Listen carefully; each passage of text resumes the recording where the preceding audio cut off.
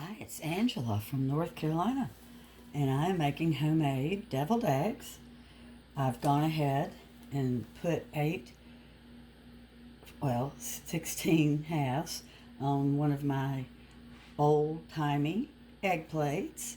You can't be a southerner without egg plates. I've got quite a few. This was my mother's from the 60s. So I'm going to do two more, and I just go like that and let them fall in. See? And then if there's any left over like that, I get my little spoon and just gently carve it out. And in the essence of time, I have already mashed up the first of them with my fork. And I'm going to go ahead and mash up these last ones. First, I hit each yolk with the spoon and flatten it. And then I get my fork and make sure I don't have any lumps. If I'm doing lots of eggs, I will put them in either a manual or an electric spinner. But it's so messy to clean up because I end up putting my mayonnaise and everything in with it too. And it is important to get, this is not powder fine, but you don't want to have a deviled egg with a lump of yolk in it. So now I'm going to add my spices. I like to add my spices first and then stir them in with the yolks. So we're going to add some onion powder, a little bit of salt, not much. I don't like salt, but I can't taste still. Excuse me. There's a little salt in the mustard and the paprikas for the top. Here we go with a little bit of black pepper. And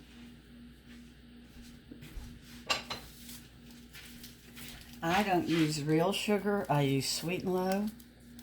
My husband is diabetic, but I put equal amount of sugar and vinegar in.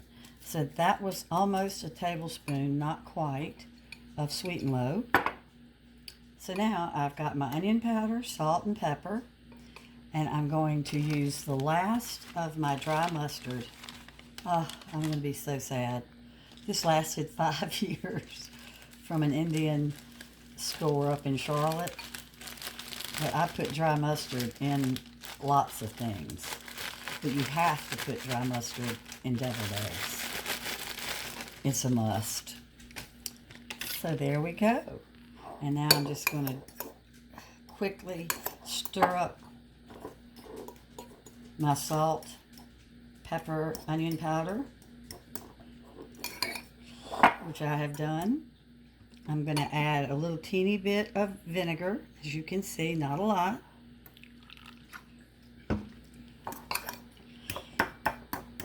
I might add one more little tiny splash.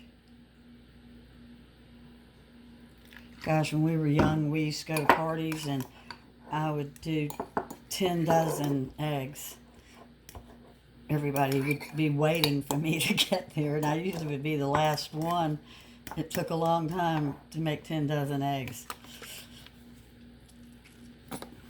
The only mustard, French's, and my wonderful co-host that I always have with me is my Duke's Mayonnaise.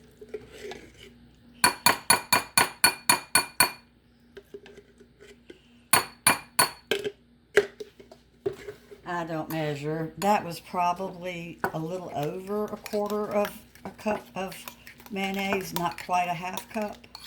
And then that was, I would say maybe a good tablespoon of mustard. And I think I'm going to put in one more squirt of mustard. Okay, I was smart, and I made one extra egg just in case. It was one that didn't turn out real pretty. And I've made my eggs a little too drippy. So I saved one that was messed up looking. I saved it if I needed yolk.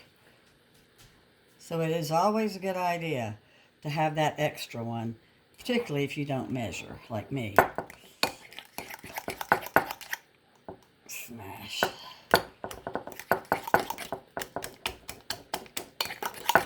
See, now it's perfect. And normally, if time allows, I let it chill for a little while and it goes into the eggs a little bit prettier. And when I'm really getting pretty, I have a little, like a pump thing. It's a stainless steel that I put it in and I can pipe the egg into it. And boy, is that pretty. Now, this is my mukbang. I'm going to lick my fork. Oh my God. Fanny, go away. I've got a dog here with her head up my legs.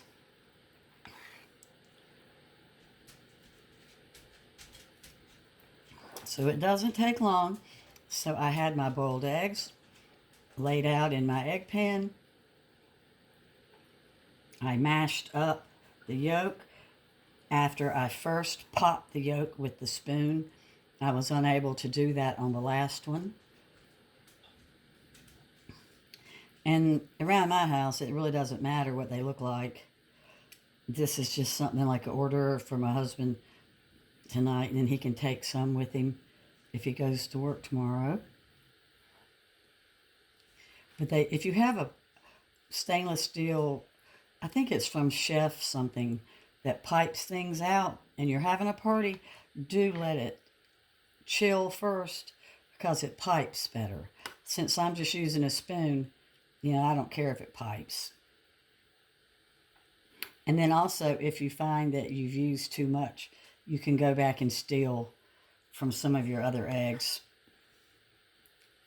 You can't mess these up. So next time somebody asks you to come to a covered dish and no one's bringing deviled eggs on the sign-up sheet, why don't you offer to bring some?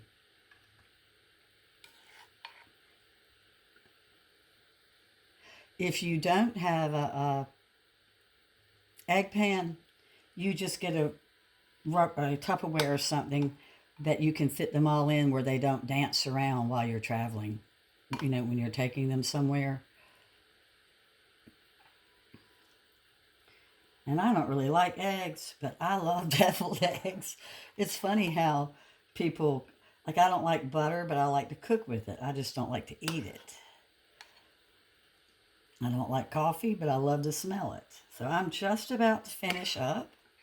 And then, if you have toothpicks, you put toothpicks in 3 or 4 of the eggs so that you can wrap them to put them in the refrigerator.